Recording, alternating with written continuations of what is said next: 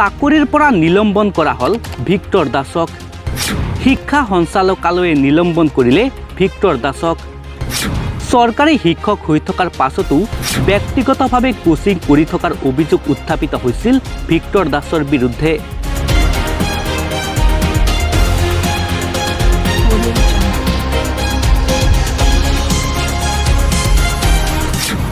অৱশেষত ভিক্টৰ দাসক নিলম্বন কৰিলে শিক্ষা সঞ্চালকালয়ে।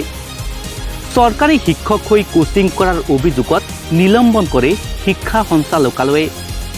পূব পানীটেমা ৰাধাকৃষ্ণ যুগল মিলন প্ৰাথমিক বিদ্যালয়ৰ সহকাৰী শিক্ষক হিচাপে কৰ্মৰত আছিল ভিক্টৰ দাস।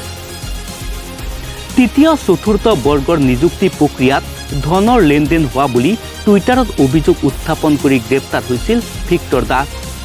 তেওঁ গ্ৰেপ্তাৰ হোৱাৰ পাছতে কেইবাগৰাকী সাহসীয় পক্ষৰ মন্ত্ৰী বিধায়কে চৰকাৰী শিক্ষক হৈ কোচিং চেণ্টাৰ চলোৱাৰ বাবে ভিক্টৰ দাসক নিলম্বন কৰিব লাগে বুলি মন্তব্য কৰিছিল।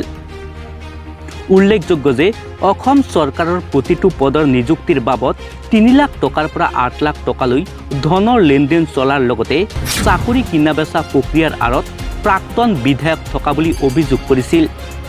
এই সন্দৰ্ভত মুখ্যমন্ত্ৰী, আৰক্ষী সঞ্চালক প্ৰধান, বিশেষ সঞ্চালক প্ৰধানক উদ্দেশ্য কৰি টুইট কৰিছিল ভিক্টৰ দাসে।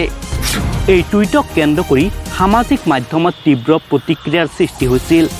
ইয়াৰ পাছতে পাণবজাৰ আৰক্ষীয়ে মাৰাথান জেৰা চলাই ৯ ছেপ্টেম্বৰত গ্ৰেপ্তাৰ কৰিছিল ভিক্টৰ দাসক।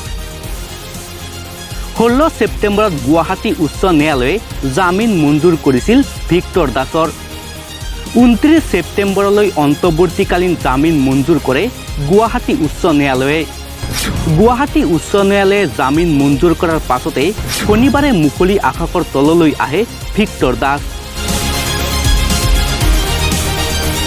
News desk, Assam exclusive.